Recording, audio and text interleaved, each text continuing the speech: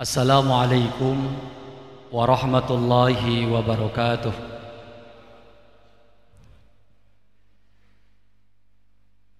Innal hamdalillah kulluhu lillah ala kulli syai'in ayah. Amma ba'du. Bapak Ibu hadirin yang Allah muliakan, setiap ibadah ritual yang kita kerjakan memiliki pesan moral yang harus kita implementasikan dalam kehidupan kita sehari-hari.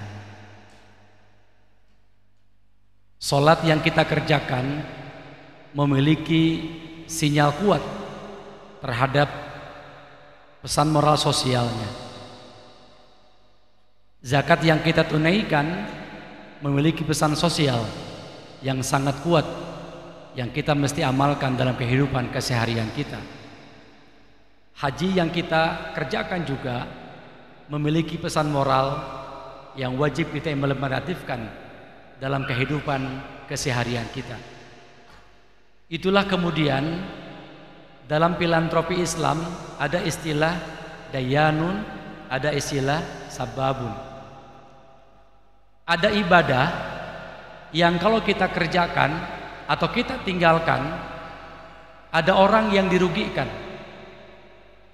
Ada ibadah yang kalau kita tinggalkan, ada orang yang tidak dirugikan karena kita tidak mengerjakannya. Ada namanya sababun, yang kalau kita tidak mengerjakan ibadah itu, orang lain tidak rugi. Sholat misalnya, kalau kita tidak mengerjakan sholat, orang lain nggak yang dirugikan. Haji misalnya, kalau kita tidak melaksanakan haji, tidak ada orang yang kita rugikan. Saum misalnya, kalau kita tidak saum, tidak ada orang yang kita rugikan secara langsung. Tetapi ada namanya dayanun, filantropi yang kalau kita tinggalkan, ada orang yang kita rugikan. Zakat misalnya, kita tinggalkan, kita tidak tunaikan, ada orang yang kita rugikan, yaitu mustahik.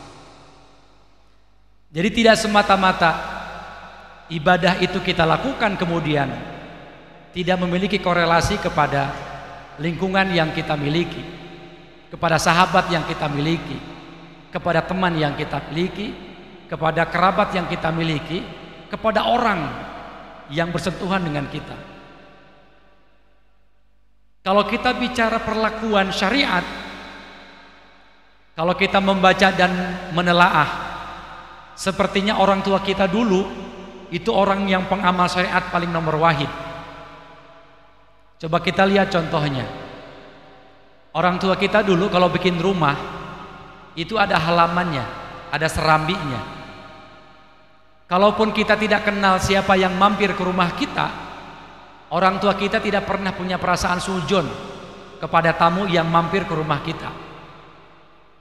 Ketika hujan, orang bisa mampir. Ketika panas, orang bisa mampir. Kenapa? Di rumahnya disiapkan serambi. Orang bisa mampir dengan mudahnya. Dan rumahnya nggak pakai pagar.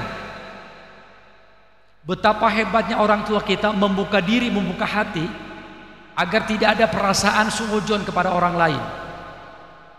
Betapa hebatnya perlakuan orang tua kita pada orang yang tidak dikenalnya. Bahkan setiap tamu yang datang ke rumahnya diberikan perlakuan yang terhebat dan yang terbaik. Beda dengan kita sekarang. Kalau datang tamu ke rumah kita, itu kuenya kan bukan di piring, tapi di keler, yang dimasukkan ketika sedang panas, ditutup ketika sedang panas, akhirnya memuai kacanya, kelernya. Ketika dalam kondisi dingin, itu sudah membatu tutupnya. Tamu datang ke rumah itu disuguhan keler yang sulit untuk dibukanya, akhirnya keler dikempit ku ketek, dikieu muka anak, dah hese muka anak. Orang tua kita dulu kalau ada tamu sudah dihidangkan di piring kuehnya, tidak ada di kelernya, tapi dihidangkan di piringnya. Tamu datang ke rumah kita, itu piring gelasnya buat minumnya gelas yang gede, muk, pakai jemlung, minum dia dengan sepuasnya. Bahkan tidak hanya gelas yang disiapin, tekokna dibawa ke hareup. Betapa hebatnya orang tua kita memberikan perlakuan pada yang lain. Ini mungkin adalah buah dari ibadah yang dikerjakannya. Kalau sekarang kita memberikan perlakuan kepada tamu, bagaimana? Tamu datang ke rumah kita, gelasnya pun kalau minum gelas yang kecil. Nanti minum jam-jam teh nih kan. Jadi sekali minum langsung habis. Mau tambah lagi nggak bisa, karena malu mintanya.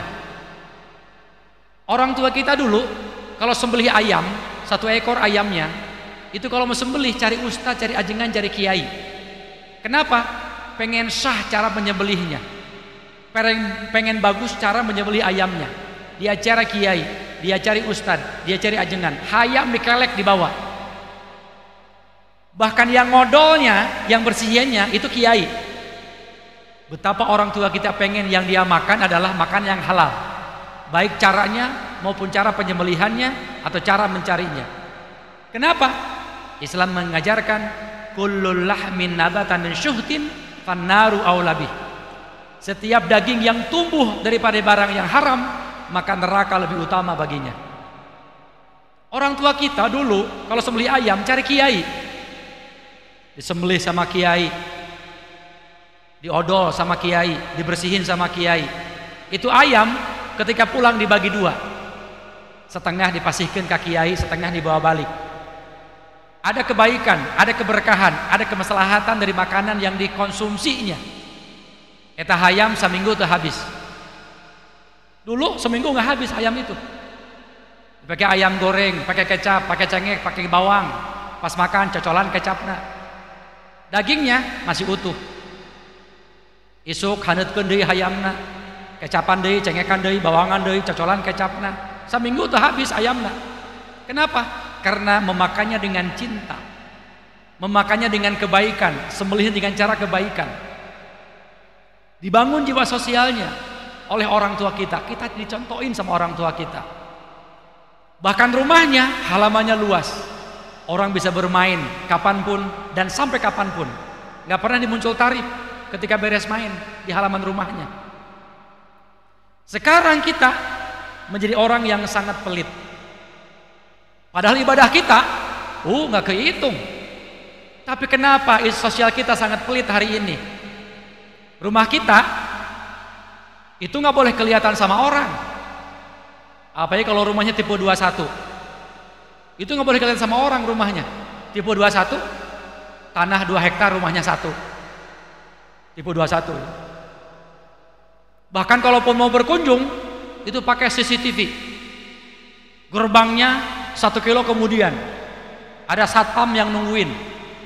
Dipakai tambah anjing, tambah bacaan. Awas anjing galak. Kita menjadi orang yang sangat pelit hari ini. Padahal ibadah kita luar biasa. Sholat gak pernah tinggal, haji selalu berangkat, zakat kita tunaikan. Tapi kita memelihara sifat kepelitan yang kita miliki. Sosial kita sangat rusak. Bahkan kita dengan tetangga hari ini gak pernah saling berkenal. Dengan tetangga, tuwauh urang ayeuna. Pernah kejadian tetangga dengan tetangga kenalnya di Masjid Haram, beres sholat ngobrol. Bapak dari Indonesia? Ya, Indonesia. Di mana Pak Indonesianya? Di Jawa. Abdi di Jawa. Di mana Pak Jawanya? Jawa Barat. Saya juga Jawa Barat. Di mana Pak Jawa Baratnya? Di Bandung. Abdi di Bandung. Di mana Bandungnya Pak? Jalan Soekarno Hatta. Abdi Jalan Soekarno Hatta, nomor baraha. Nomor 12, abdi nomor 11. Tetangga dengan tetangga ketemu di Mekah, ongkosnya mahal 39 juta. Betapa mahalnya sosial yang kita miliki hari ini. Dengan tetangga sudah tidak saling menghormati dan tidak saling kenal hari ini. Dulu orang tua kita nyontoin, kalau kita sedang punya acara di rumah, masak-masak, makan enak, orang tua kita nggak pernah lupa dengan tetangganya. Di anteran make rantang. Rantang itu singkatan Pak. Nganteran jeung nutu datang, itu rantang. Dibikin rantang, disiapin sama orang tua kita. Ini nasinya, ini acarnya, ini lauknya. Disamperin satu persatu ke rumah tetangga yang kita miliki. Kenapa? Biar dia mau merasakan masakan yang kita rasakan bersama dengan tetangga kita. Sekarang jangankan sembelih ayam, sembelih domba kusorangan ayeuna mah. Kakinya ikut, tincak kakina, pariuskeun beuheungna, godot kusorangan. Tetangga ada yang tahu. Betapa pelitnya kita hari ini, padahal sholat kita penuh, nggak ada yang tinggal. Haji kita, umroh kita tiap tahun berangkat, puasa kita nggak ada bolongnya, tapi hati kita nggak diisi dengan kegiatan dan sosial. Dulu kita sering membayangkan kalau tiba Ramadan selesai mau lebaran, itu kita bikin kue sebanyak-banyaknya, bikin kue yang bagus buat lebaran. Sampai kajadi lamun jeung buka mah anu tarutung, kue dapros anu gagal, rangining anu menyon, ya, kacang paris anu hidung, jeung puasa mah anu garoreng. Yang bagus disimpan di lemari. Buat apa? Buat lebaran. Buat siapa? Membahagiakan tamu yang datang ke rumahnya. Sampai membela anaknya makan kue anu gagal, kue dapros anu teu jadi, bubuk keneh, tarigu keneh, jeung buka eta mah. Sampai anaknya mau kue dicarekan, jeung lebaran eta mah, lain jeung buka puasa. Sekarang kita tidak punya bayangan begitu. Kalau kita bikin kue, Pak bikin kue enggak? Enggak usah. Kenapa? Lebaran cukup upload foto di grup. Mohon maaf lahir batin. Ke tetangga enggak pernah datang sekarang mah. Sama saudara enggak pernah datang sekarang mah. Kenapa? Cukup di grup WA. Dulu orang tua kita membahagiakan orang itu ketika Ramadan, chat rumahnya dicet, dibersihin. Kenapa? Membahagiakan kerabat tetangga yang datang ke rumahnya berkunjung, diberikan kebahagiaan. Sekarang sudah hilang. Bahkan sekarang berapa di antara kita yang dengan tetangganya kenal nama? Dulu itu sekampung kita hafal namanya siapa, ujung ke ujung kenal ngaranna si eta. Ketika orang tanya, bapak pun uninga nu namina ieu, oh itu bumina, 2 kilo lagi hafal namanya. Sekarang kalau orang tanya ke kita, bapak kenal nama ini, aduh di mananya? Padahal sabelah imahna. Ibadah ritual yang kita kerjakan punya pesan moral yang wajib kita implementasikan dalam kehidupan kita, keseharian kita. Orang tua kita nyontoin luar biasa dahulu. Orang-orang tua kita nyontoin luar biasa dahulu bagaimana perlakuan sosial mereka kepada sahabat, tetangga, kerabatnya. Bukan tanpa contoh, Rasul mencontohkan. Rasul memberikan contoh. Pernah ada riwayat begini, Rasul membuat gulai, itu gulai dibagikan kepada tetangganya. Sampai itu gulai kembali ke rumah yang awal mula membuat. Yang seneng gulai ini perasaan tetangga kita namanya si A, diantarkan. Kata si ini, perasaan si itu yang seneng gulai kambing, diantarkan sampai kembali ke asalnya. Itu olahan. Kita sekarang baru mencontoh ibadah ritual, belum mencontoh ibadah sosialnya Rasulullah SAW. Rasul setiap jihad itu kalau berangkat, itu mengakhirkan rumah putrinya Fatimah. Dia datangi dulu sahabat-sahabatnya, satu persatu dia datangi ketika mau berangkat jihad. Ketika pulang, Rasul datang pertama ke rumah putrinya Fatimah. Ketika berangkat, terakhir datangi. Ketika pulang, rumah Fatimah yang pertama kali didatangi. Rasul mengajarkan lingkaran sosial yang hebat luar biasa. Kita sekarang baru ngeh ibadah ritual, tapi kita belum ngeh ibadah sosial. Saum Ramadan ini sangat banyak kesan dan pesan ibadah sosial yang mesti kita rasakan dan kita implementasikan dalam kehidupan kita. Lapar kita terbatas dari terbit fajar sampai tenggelam matahari. Orang miskin laparnya tidak terbatas, mungkin makan sebulan sekali. Kalau kita pakai baju, ganti baju baru setiap hari, setiap waktu. Orang miskin mungkin dia ganti baju 2 tahun sekali, bahkan 3 tahun sekali. Orang miskin hausnya setiap waktu, setiap saat, bahkan sepanjang hari.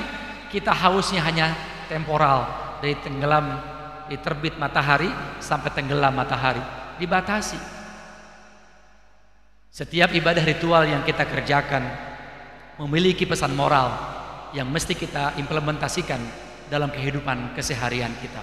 Semoga Allah memberikan kepada kita hati yang terbuka untuk kita mengamalkan setiap ibadah yang kita kerjakan.